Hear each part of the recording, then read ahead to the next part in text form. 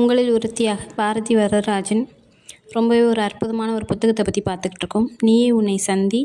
ஆங்கிலத்தில் பார்த்திங்கன்னா meet yourself. Harrison Swett Marden அவர்கள் எழுதின புத்தகம் இது. இதோட அடுத்த பகுதியாக என்னென்னு பார்த்திங்கன்னா, மேலும் சிறந்த மனிதர்கள் வந்து கொண்டிருக்கிறார்கள் அப்படின்னு சொல்லிட்டு போட்டிருக்காங்க. இது என்னென்னு பார்த்திங்கன்னா, மனிதன் எவ்வளோ சிறிய ஒரு வேலைப்பாடாக இருந்தாலும் சரி, ஆனால் மிக உன்னதமான ஒரு உயிரினம், ரொம்ப முக்கியமான ஒரு இது. இந்த பூமியில் இவங்களோட பங்களிப்பு ரொம்பவே அதிகமாக இருக்குது. நமக்குள்ளே நம்ம தேடக்கூடிய ஒரு இது கடவுள் நமக்குள்ளேயே அது வச்சுருக்காரு அப்படின்றத சொல்லியிருக்காங்க.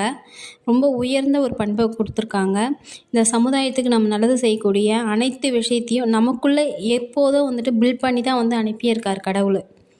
ஆனால் நாம் தான் அதை புரிஞ்சிக்காமல் அடுத்தவங்களுக்கு கெட்டது செஞ்சுக்கின்னு நம்மளோட அதிகாரத்தை நம்ம பயன்படுத்திக்கின்னு, நம்ம விட வலியோர் மீது நம்மளோட அதிகாரத்தை நம்ம பயன்படுத்திக்கிட்டு நம்ம இருந்துக்கிட்டு இருக்கோம். ஆனால் அப்படி இருக்கும் மனிதர்கள் இருக்கும்போதும் நல்ல மனிதர்களை இந்த பிரபஞ்சம் இந்த பூமிக்கு அனுப்பிக்கிட்டு தான் இருக்குது. அவங்களோட ஆளுமைகளையும் இங்கே கொடுத்துக்கிட்டு தான் இருக்கிறாங்க. எவ்வளோ பேர் வந்திருக்கிறாங்க இந்த பூமியில் நல்லதை கொடுக்கறதுக்கும் நல்ல சமுதாயத்தை உருவாக்குறதுக்கும். ஜென்ரலாக சொல்லணும்னா காந்தி மகான் சொல்லலாம், நிறைய பேர் இருக்காங்க. சுபாஷ் சந்திர போஸ் சொல்லலாம், நல்லது தான் செஞ்சுட்டு போயிருக்காங்க. ஸோ இது மாதிரி நிறைய பேரை இந்த பூமிக்கு இந்த பிரபஞ்சம் கொடுத்துக்கிட்டு தான் இருக்குது.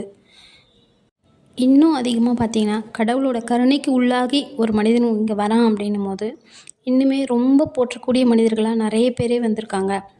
அவங்களோட ஃபேமிலி பார்த்துக்கிறதா இருக்கட்டும், கம்யூனிட்டி, இந்த நாடு, இது மாதிரி நிறைய சொல்லிக்கிட்டே போகலாம்.